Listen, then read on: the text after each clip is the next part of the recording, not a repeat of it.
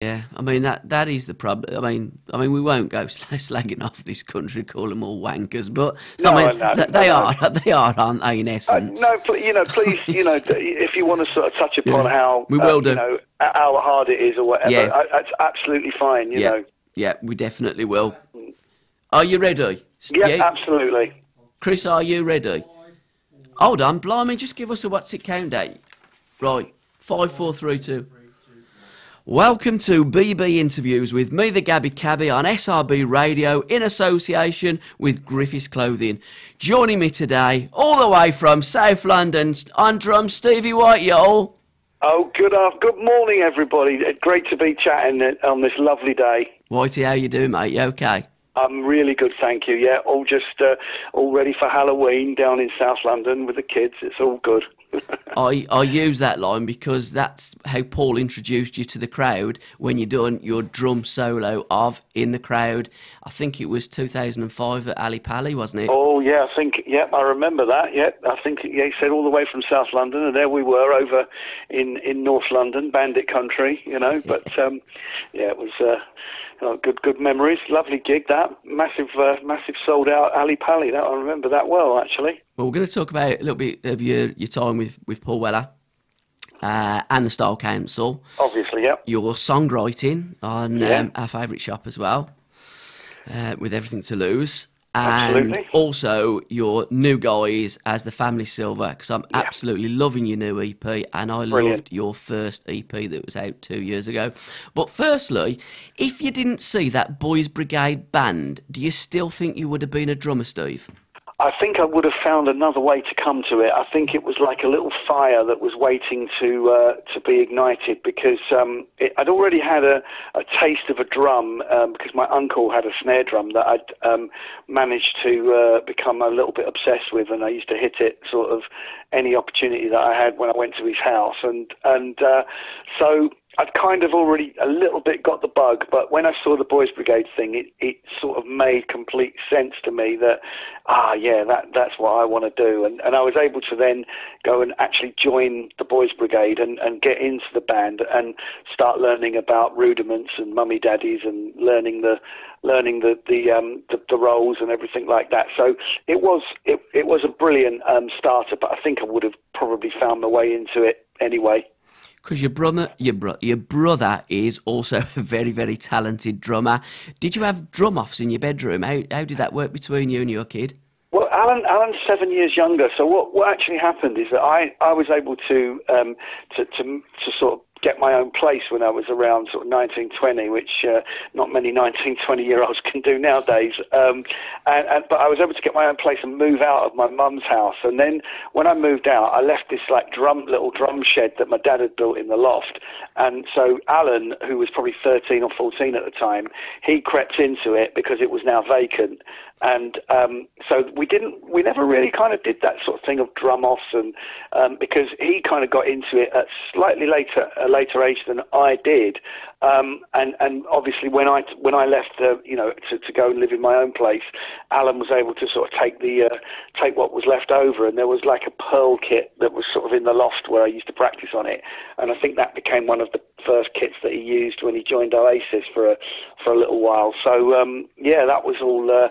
That was how it worked. So I kind of moved on and moved out, and he took over the mantle and sort of just kept sort of practicing where I practiced.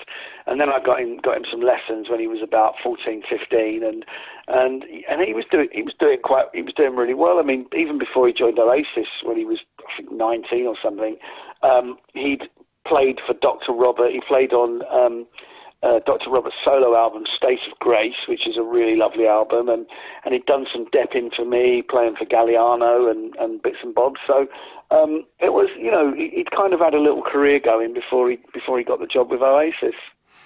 Now, when you actually got into the drumming and you wanted to take it to the next level, did you have tuitions? And if so, who was it with, and who was your biggest influences and inspirations, Steve? Well, I had when I went to my secondary school, the first thing I did was to see if they did drum lessons, and they did, and I signed up for the drum lessons, and I had a wonderful gentleman called George Scott, who, bearing in mind when I was 11, he was coming up for 80, and he still played great, and he was a really lovely, kind man that kind of introduced me into Gene Krupa and said, you should check out Gene Krupa. And as it happened, my dad at the time had a little one of his little oppos. He was a builder, and his little apprentice was a guy called Gary, who was also a drummer, and he lent me a couple of albums by Buddy Rich and Louis Bellson. So through George Scott and then through a guy called Gary Buckner, I got introduced to Gene Krupa, Buddy Rich and Louis Bellson at the age of 11, and that was kind of where my interest really sort of started to sort of come together.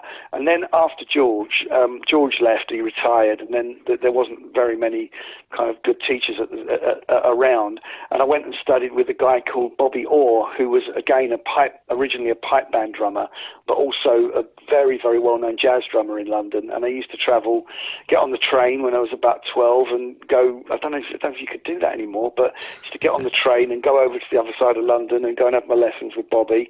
And then, I just used to kind of, try and get information where I could. And I went to this music school in London with Gary Wallace, who's another drummer who played percussion with the Style Council.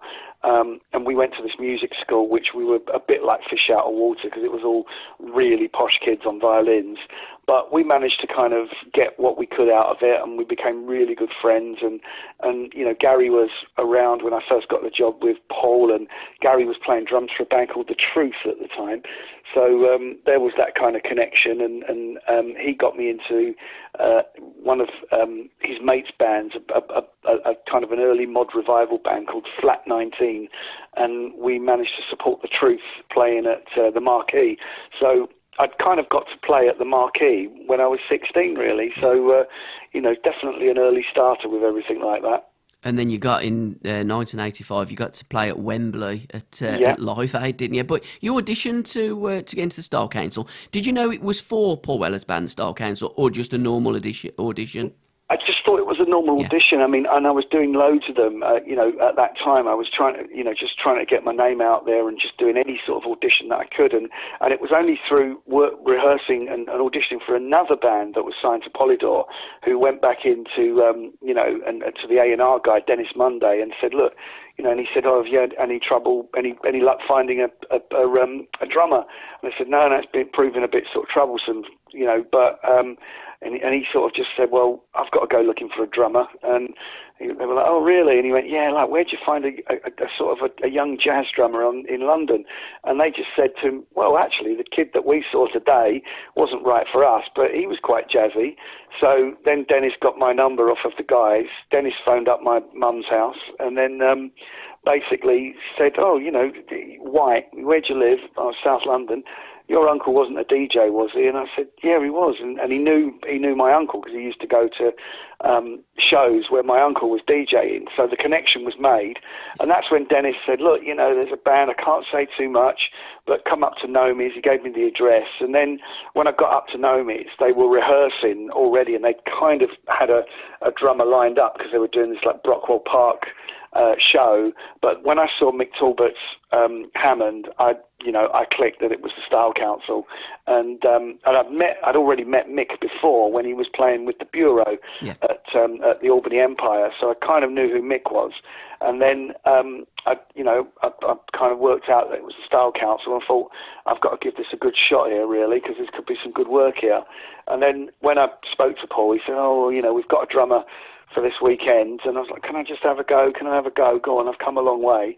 And I got on and had a play, and he said, oh, well, okay, can't use you this weekend, but we're doing this radio show tomorrow. I didn't think we were going to use a drummer, but do you want to come and do it? And that was the Kid Jensen show on BBC Radio 1 at tea time, which I think that performance is still on YouTube. You can check it out, and that was the first time that we ever played Paris Match, and I was literally learning Paris Match as we were kind of sound checking to go on air and I think, you know, it's really interesting listening back to that very first performance, the very first day that I worked with Paul and Mick, and it still sounds pretty good, you know, even after all this time. And you know, all that kind of lack of experience and lack of knowing each other, I think there was still quite a spark there when we played it for the first time. How difficult was it to play the Paris match? Because there's a couple of versions, isn't there? There's the more jazzy version and the more upbeat version. Well, what I call the sort of more European version, the kind of got the straighter feel. I never really. I always thought that Paul's version was the definitive version of that song, and I didn't really like the sort of torchy sort of talk song version of it as much as I liked Paul's version, because I just felt that it was just such a brilliant, very heartfelt love song, and I think it was very much of the time. I mean, I don't know the personal details, but clearly it was about someone in you know, that Paul had something going on with, and it just was a really heartfelt love song. And I remember sort of years later saying to Paul, like, you know, why can't we put that one in the set? And, you know, and I remember him saying, I don't even remember the chords. and it was just, you know, there was a lot of that at the time, just kind of very emotional, very sort of reactionary, just like, you know, and it was just interesting that it wasn't a song that particularly, I think Paul has got a major affinity to, like some of the Style Council or jam songs, but for me it was a really, really special song, and I think it's a beautiful song, and I think it's one of the best sort of love and lament kind of songs that's ever been written. I think it's absolutely wonderful. No argument there, Steve. I think everything that he's wrote was absolutely fantastic in all guises. But the one that you did write for our favourite shop, 1985 was that? Was it the same year as Live Aid? Yeah, it was all kind of at the same time. There was, I mean, I've just done this. I've just done a recording for the BBC about Top of the Pops in 1985, and you know, when I suppose the Style Council were kind of at their zenith, and Walls Come Tumbling Down had been released, and we'd just had Shout to the Top out, and we'd had You're the Best Thing, and I mean, it was an incredible run of singles, really. You know, culminating in Shout Walls Come Tumbling Down, which came out in '85, the same time that we did Live Aid. It was an incredible year. I mean, we were a million-selling band doing kind of largely socialist lyrics. It was quite, you know, I don't think it happened now, but I think people now, when they talk about 100,000 as being an amazing achievement in terms of sales, sort of forget what bands were actually selling in terms of numbers back then, and yeah, it was amazing. So we were really, you know, we were kind of up there as a band in terms of the same level as bands like Wham and Spandau Ballet and Duran Duran. We were up there. Obviously, we have different fans. You know, we had a different kind of selection of fans. But I mean, people do forget, you know, that you know, obviously, we all know how big the Jam were, but people do forget how big the Style Council actually were, and not just in this country, but in Europe. I mean, Europe too. I mean, you know, we managed to do 5 nights at Wembley Arena, which is no mean feat from anyone. You know, knocking Dire Straits off of #1 with you know, Money for Nothing, knocking that off of #1 was quite amazing, and all of it was done with a very sort of uncompromised British socialist, from a socialist kind of, you know, socialist sort of viewpoint. Songs like Homebreakers and Walls and Everything to Lose and, you know, All Gone Away and Stone's Throw. They're amazing songs. It's a you know, I do not understand how people can not listen to that album and not at least appreciate the work that went into it and the skill of the songwriting and dismiss it. I just don't get it. I think what happened is there were so many Jam fans that there are still Jam fans today and didn't like the Style Council and almost didn't forgive Paul for splitting up the Jam. I mean, I've loved all his guises, and I just look at the Style Council, one of the most important bands ever in British music. And I looked at his songwriting with the Jam, and then with the Style Council, Paul was almost taking the piss in a really, really kind of humorous way way and manner. And I'm sure that when he gave you the songs, you must have looked at it and thought, geez, he's at it again. But this is such a funny way that he's doing it. And the videos as well. The lodgers. I mean, she's only a shopkeeper's daughter. Yeah. You know, these were hard-hitting political statements that Style Council was doing it in a funny way. Nobody else was doing it that way.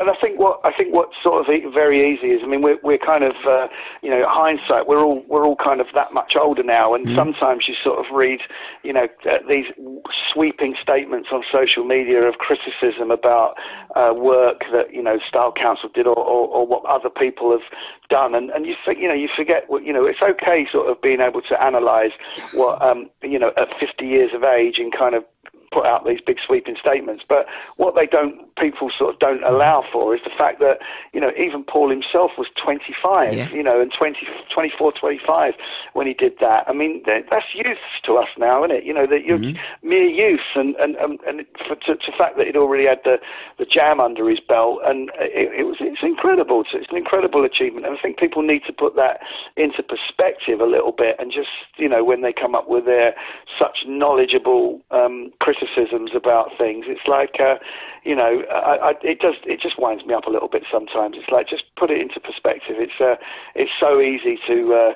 get on and have a go at stuff and not really sort of look at the backstory and appreciate just what people were trying to do and where they'd come from to get to that point to do it. You know, it's, I think, as Kenneth Williams said, you know, it's a bit like critics are like eunuchs. They watch it every night, but they never do it.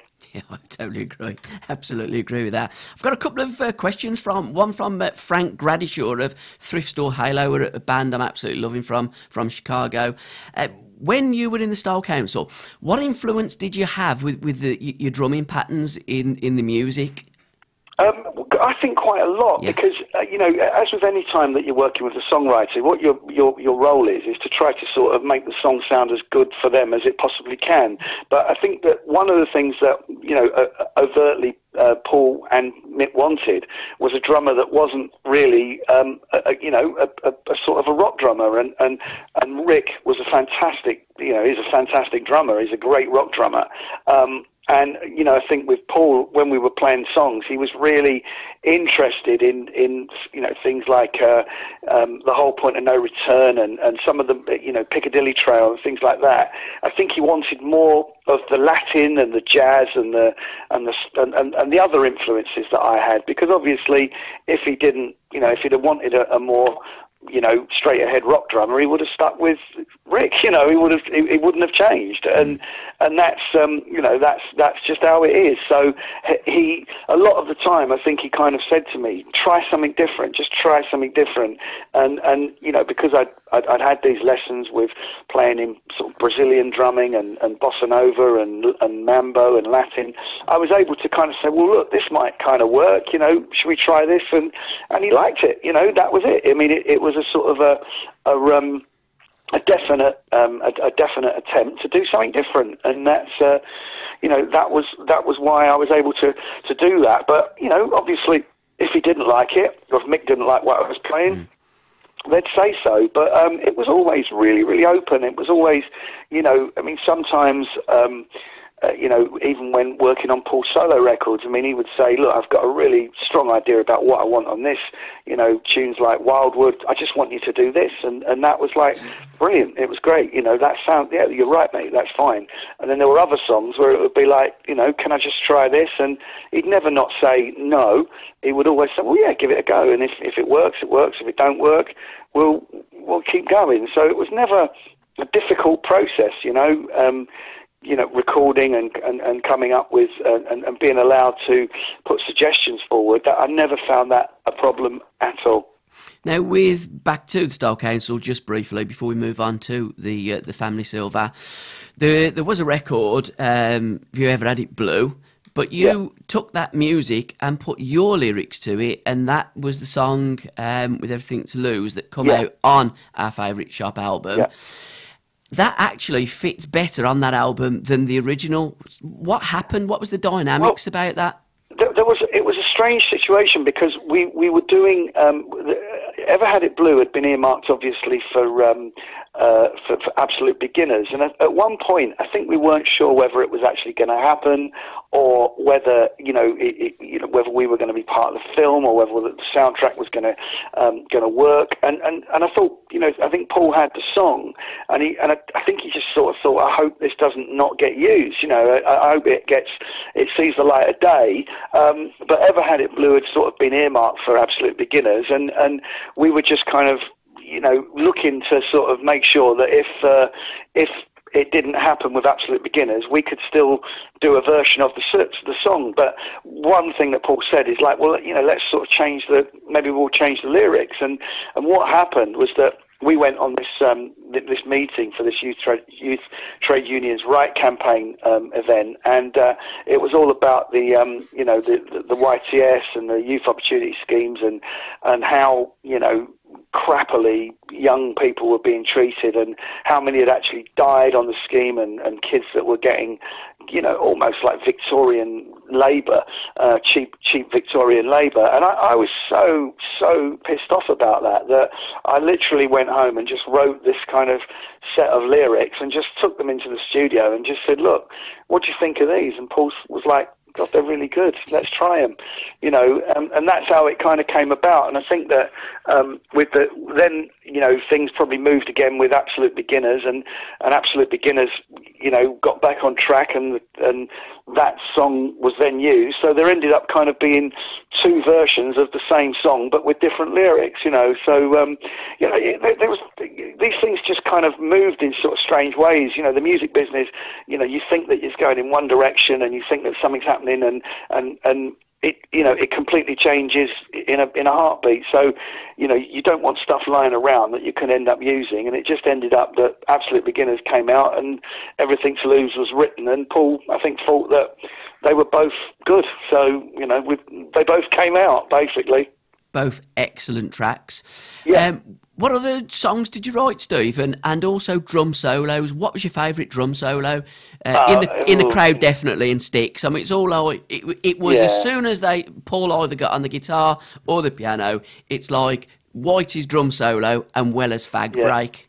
I think. Well, I don't know if I don't know if Paul still smokes. Actually, I hope he doesn't. Actually, but that it was always a bit of a fag break in the in the live sets, and I mean, I used to enjoy doing it, and it was great to have a kind of being in a band that had that kind of profile and being able to do drum solos. I mean, I used to love when we used to do Dropping Bombs when we were back in the sort of council days, and to get, because that was kind of more of an overt sort of jazz type solo, and I used to love the fact that we could do that at places like the Dominion in Tottenham Court Road and Gold Diggers Chippenham, and we had a jazz solo, but it was always kind of like a nice thing to do, and I mean, it's nice to kind of be able to stretch out on the instrument and have a little bash, and I feel really grateful to that. It was good to be able to do it. And I'm really grateful for you joining me today to talk about your new band as well, The Family Silver, because we're going to get on to the guys now. Three of you, all three were formerly with Paul Weller in his band, Matt Damon. Yeah. Matt Dayton. Matt Dayton. Damon Minchella, also of Ocean Colour Scene, and of course yourself. When did you three come together? How did you come together? And that was on the back of Trio Valori, wasn't it?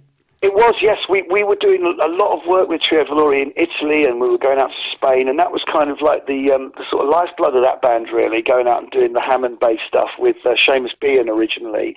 And then we were doing some, we were gigging, I think the last time that we toured in the UK, and we were kind of, we were playing with a guy called Justin Sheehan on organ, and we went down to Aberystwyth in sunny North Wales, and Matt was living up near there, and he said, "Oh, I'll pop down to see you." And I'd not seen Matt for a long time because he'd done Oasis, and he'd put a solo. I think I played on the last solo album that he did, which is called The Common Good, which is definitely worth checking out. It's a really good record. and I played on that, and I'd kept in touch with him, but he'd moved out to Wales, and after his kind of Oasis experience, and then he turned up, and I just said, look, just bring your guitar as well, you know, and we'll play on a couple of just play on a couple of the instrumentals. And afterwards, we were driving back, and it was, you know, Damon was like, God, he's such a good guitarist, and you know, and then we got a call, and Matt said, look, I've got this little studio over in Wales. Can you, you know, do you fancy coming and writing a few tunes and having a bit of a jam? And we just went down and we did like 4 or 5 songs, which became sort of half of the you know, the Family Silver album. Yeah. And it came together so quickly that we just thought, oh, you know, this is a real, you know, this is a real missed opportunity if we don't get and do this. So we basically went and, you know, did a bit of writing, and pretty quickly the whole kind of project came together, and we got some funding for it, and we did a little bit of crowdfunding, and one of my really good friends and his wife, Chris Webster and Caroline Webster, they kind of put some money in to set it up on our own label, and you know, and lo and behold, we had an Electric Blend. It came together really, really quickly, and you know, I'm always just so interested in doing new stuff, really, and playing with you know, playing with new artists, and you know, so I've had that, and at the time I'd just done some stuff with LaRue, and I'd you know, then it was the Family Silver, and I've also got like some new recordings with some really great guys from Sheffield, Chris Haig and Joel White, and that, you know, we've made some music, and it's really good, and that's what I really like, is, you know, just doing new stuff, and so that kind of fits into the remit of putting, you know, rather than keep, you know, I love talking about what, you know, my achievements, but I love to sort of be able to say, but I've got this coming out, and you know, that's why we did the Trio Valore album, and then the Trio Valore EP, and then the Family Silver album, and you know, it's all very much changed now in terms of, you know, the way music is received, and the way, you know, how hard it is to get new music heard, and especially when, you know, you're known to be, you know, playing with Paul Weller or Ocean Colour Scene. A lot of people want to talk about the past all the time, you know, and that's wonderful, but you know, I can't really go out and play Paul Weller tunes because he plays them, you know, so I've got to sort of find a platform that's mine, and I'd just rather it be sort of new material rather than old stuff, really. I totally agree, and I think it's awful for new artists and fresh artists, because there's loads of great stuff out there that the platforms aren't there like there used to be in the olden days.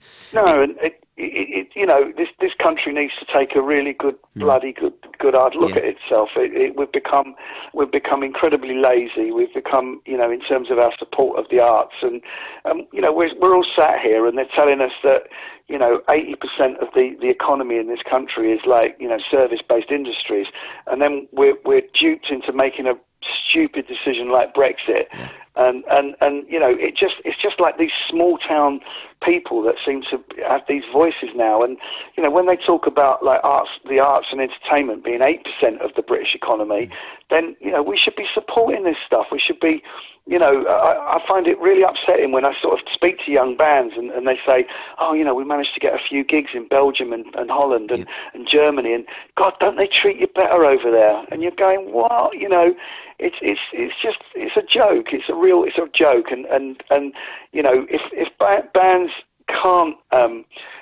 even sort of make enough money to pay for the fuel in their trucks, then there's no point moaning because they don't come to Cardiff or Brighton. They can't, you know, and venues don't want to take a chance on new bands. They just rather the, you know, fucking tribute bands, like, sorry for swearing. It's all right, Steve, you crack on. You know, tribute bands, and it's like, you know, I'm not knocking people that want to go out and play Beatles tunes or Oasis tunes, but like, you know, come on, it's like we're the country that wrote the book on rock music, and we don't, you know, people will go out and they'll go to the Weatherspoons and drink 6 pints, and then somebody wants them to pay £5 to see a new band, and they won't do it. It's just beyond me. We just need to take a really good hard look at ourselves and appreciate what we're really good at and get back and support it.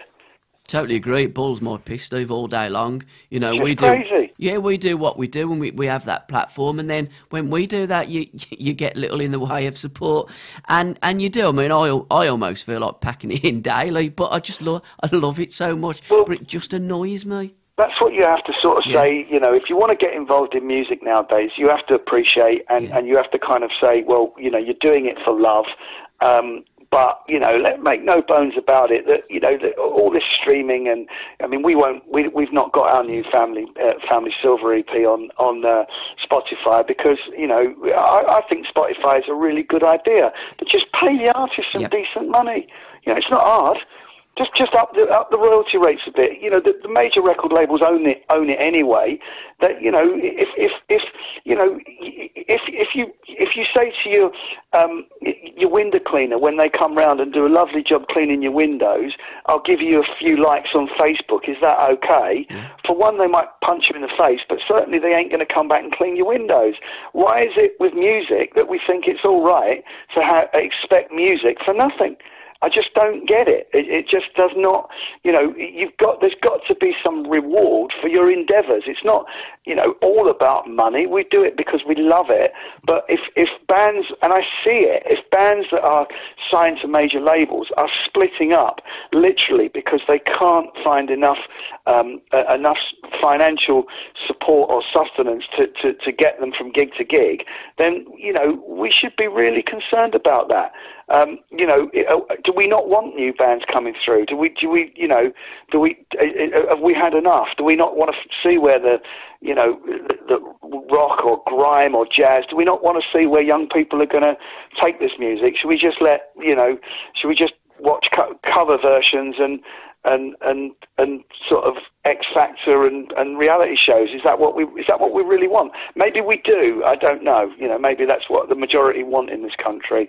I certainly don't. I think you're right. I think certainly a lot do, and I certainly don't as well. I get an absolute buzz from hearing a new record, from hearing something drop that I've never heard before, and I'm loving it, and I do it daily, and I seriously get a buzz. I'm loving your new EP because we're going to talk about that, Blaze of Light. But I want to, just before we get on to the new stuff, a newie yesterday from Electric Blend, which was obviously your first album. Brilliant. In 2000. Thank you. That is an absolute tune, one of the best tunes I've ever heard in my entire life. Oh, that's lovely to hear that. Fantastic, thank you. But the whole album's great. I love the silver, the cover.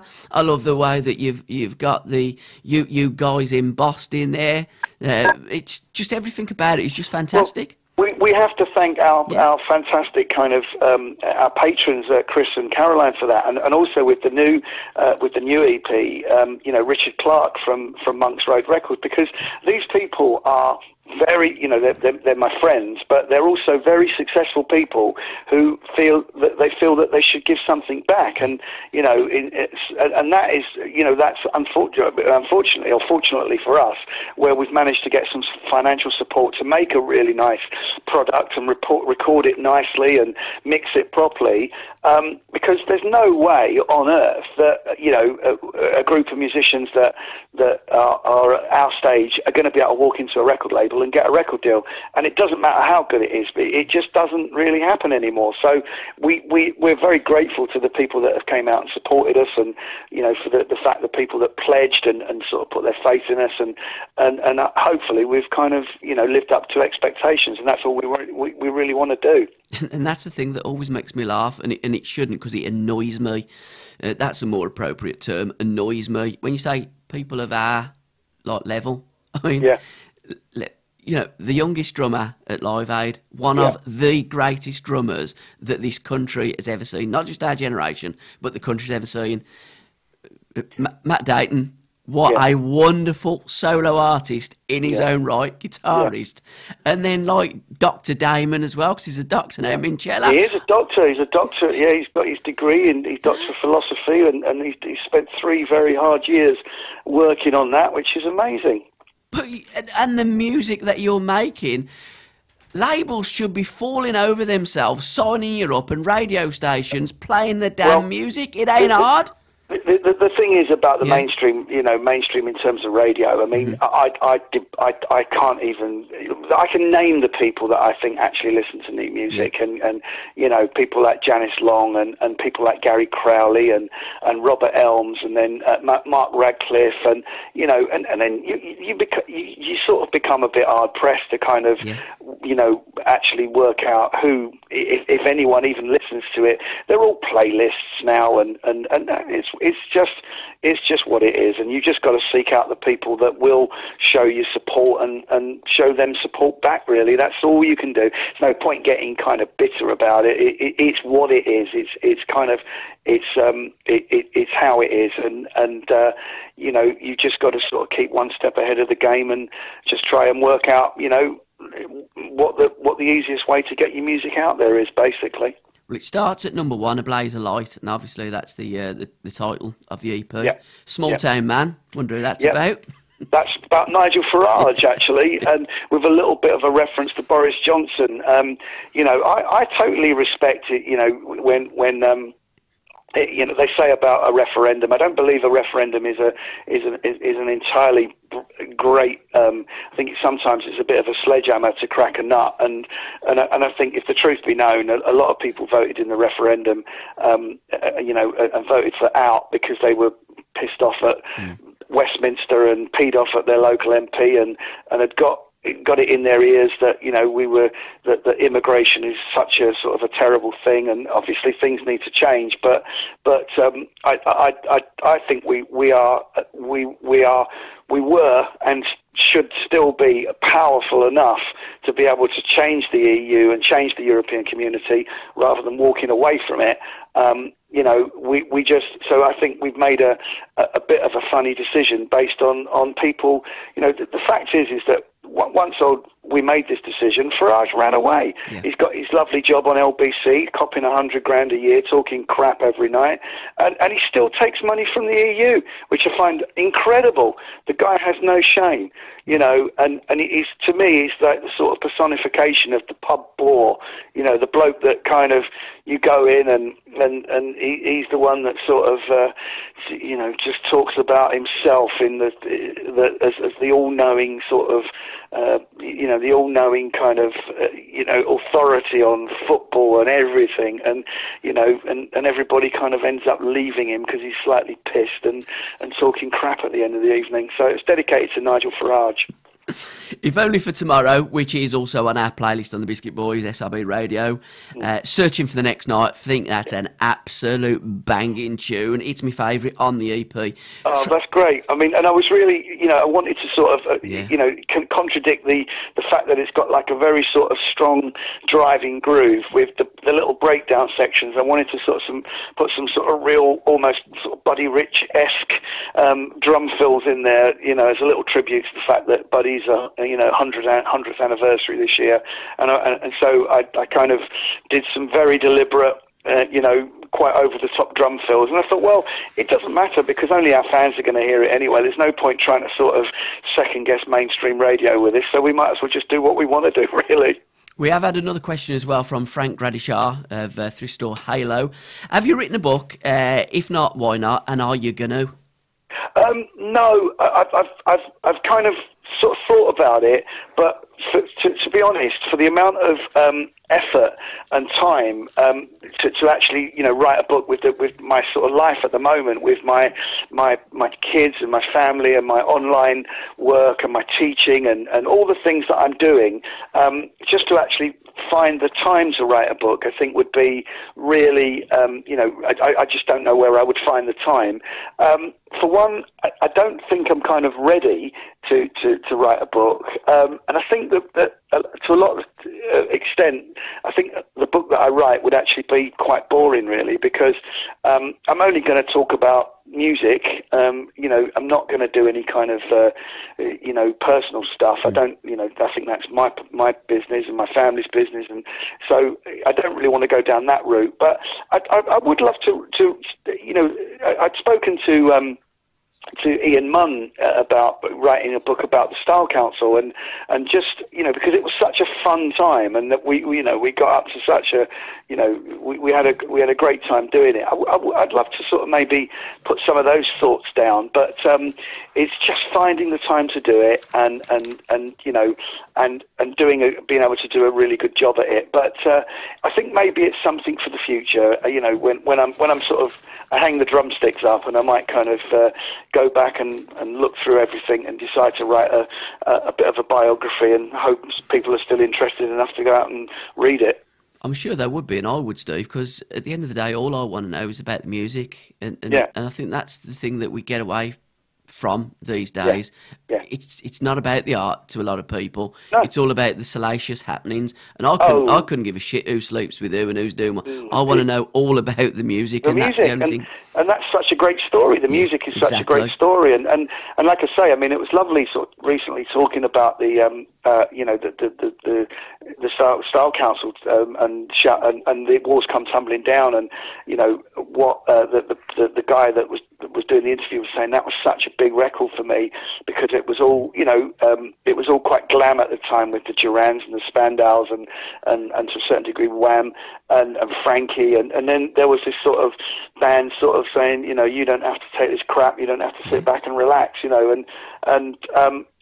love that. I think it's really good, and I'm very, very proud, and like I say, I'm really lucky, because I know that lots of musicians, when they finish finish a period of time in their musical career, they end up, I don't want to talk about that. I can't talk about that. It was such a, you don't understand what a terrible time I had doing that.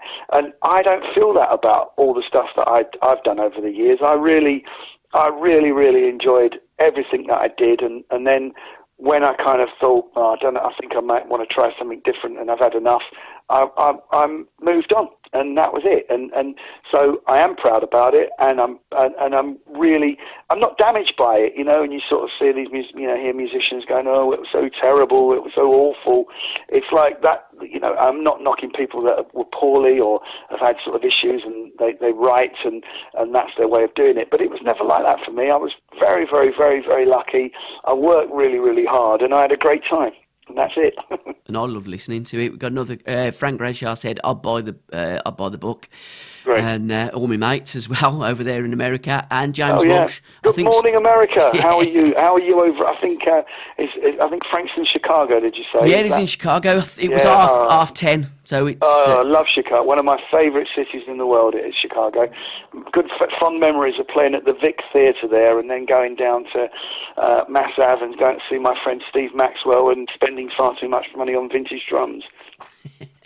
And you're still doing your drum clinics as well, aren't you? Talking of drums. Yeah, well, education is very, very kind of prominent. I've got I've just opened, I'm working at a studio down in Kent where I'm teaching, and I teach at Trinity College of Music, and I teach for Goldsmiths, and I really love it. And I've got some amazing students that are doing really, really well. And I get really inspired sort of seeing them and hearing of their achievements, and them, sort of taking up the baton and sort of making a success of the music business. And I really love it. I really enjoy it.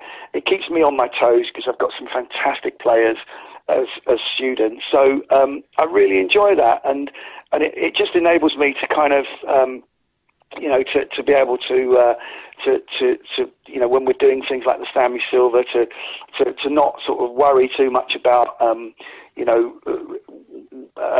the kind of whys and wherefores of it. We can just go and make the music. And so I do really enjoy it. I love the drumming community. I love being part of that.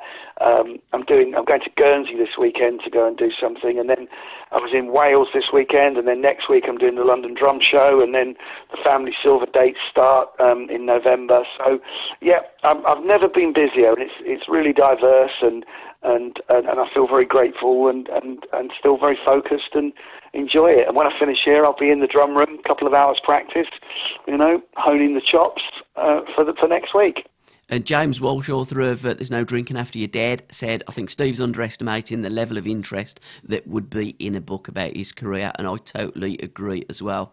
Oh, well, maybe I'll have a think about it and start writing some stuff down. But the trouble is with me is like my kind of my sort of memory for like specifics. It's like I say. I mean, I make no bones about it. I always, if I'm going to talk about the Style Council, I'll always ask Ian Munn, was that the year that we did that, or was it the 85 or 84?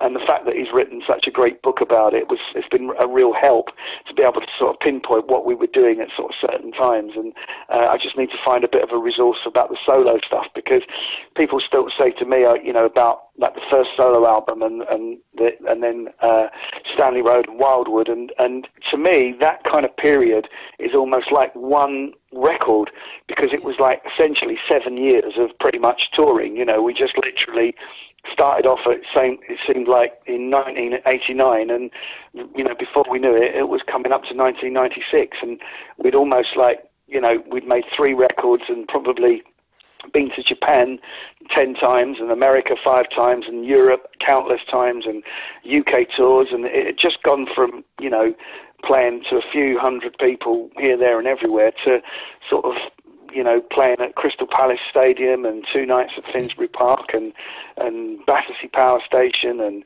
all these massive gigs. So that was just a real kind of journey. But as I say, it seems like it was one period to me, just like a 7-year tour really, which was quite amazing. I'll be honest, listening and going to gigs, it was almost like one for me as well, because there was quite a considerable amount of alcohol drunk at your gigs, and the Crystal Palace one in 1997 was fantastic because it was the Heavy Soul time. It was around about that, wasn't it?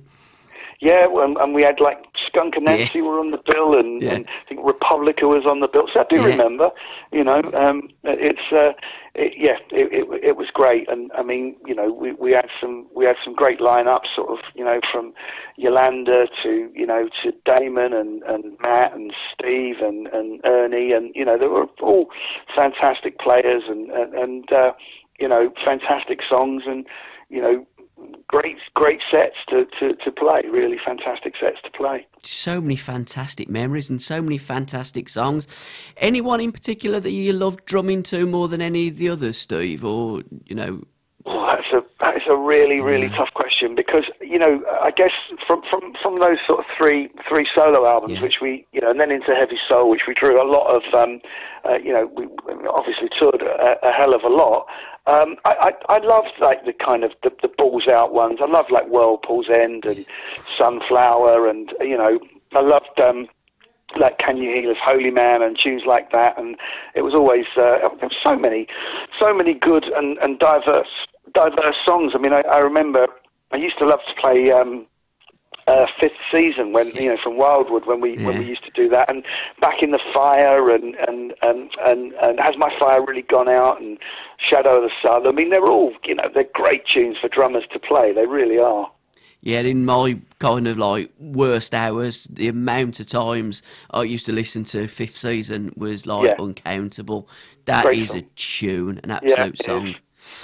Back onto your tour. Time is against us. We're going to wrap it up shortly, but you are on tour from the 24th of November at it's all O2 Academies, isn't it, in Islington?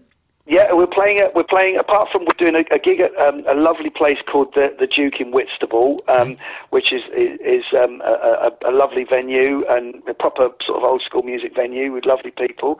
And then we go up to Islington, and that one's looking really good. And then we're off up to Newcastle and Glasgow, and then we've got not one but 2 dates in the Midlands. We've got Birmingham and Leicester, and you know, which we were a little bit surprised about, because it is, if the truth be known, sometimes it's quite hard to get people out of their houses on a weekend. So I'm hoping that the Midlands will do themselves proud and come out and support us in Birmingham and Leicester. So you know, we're really looking forward to it. It's going to be really good, and we're going to be playing tunes from the obviously from Electric Blend and from the new EP, and you know, going to be at the top of the game. Dr. Damon, you know, and Matt, and just as a 3-piece, and we're going to go out and have a great time. So we want to see as many people as we can. We've got our tour-only EP, another little tactic that you've got to do. So we've got our CD version of the EP that we're going to be selling on the tour, and some lovely new T-shirts, and just come out and have a good night. It's not that expensive. And it's at the Institute in Birmingham, which is formerly, for people that don't know, it was Digbeth Civic Hall. I actually watched Paul there after he'd finished with the Jam before the Style Council, when he got the Respond record label as Vince Toulouse, and the Questions and Tracy. Yeah, so God, I remember. That was the same tour that we did. Dudley's, JB's at Dudley's. Yeah. Wow, see, I remember that. when I was playing drums, and so a bit of drums for the questions, and then Tracy was on the tour, and yeah, it's lovely. I'm still in touch with Tracy. Still speak to her now and then. She's a DJ in her own right down in deepest darkest Essex. But yeah, and Steve Sadelnik, I'm still in touch with Steve, and we took my kids to see Thor last week, which I don't think he could believe the price of the pick and mix at our local Odeon. But it's lovely to sort of keep in touch with friends that have been sort of part of our life for so long, really. And people will want to get in touch with the Family Silver. So all your social media outlets, what are they?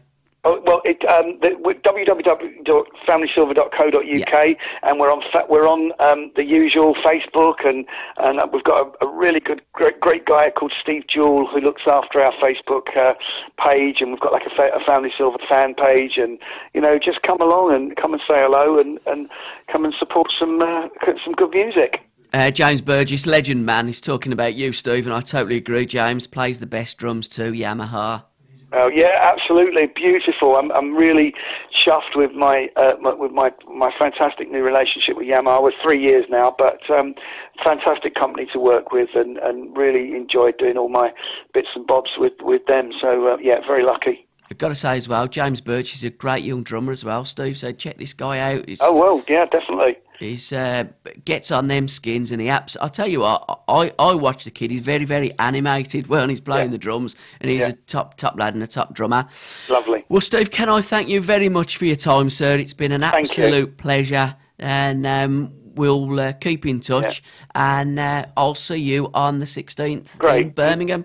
Just to add a thanks to you guys for kind of keeping the torch going, and if there were more people with your enthusiasm, then I think that music for young British youth would be in a much more healthier state. So well done to you guys, and thank you. Cheers, Steve. And if you want to do a show on the SRB radio, send us some, music that you like. I'll do that. I'll do a little playlist for you. Do you know what I mean? Yeah, we can do one once a month. Whitey's playlist on SRB radio. Lovely. All right, matey. God bless. Cheers, Steve. All the best. Have a great day. Cheers, pal. Thank you. See ya. Bye-bye. Bye-bye. Bye-bye. Bye-bye.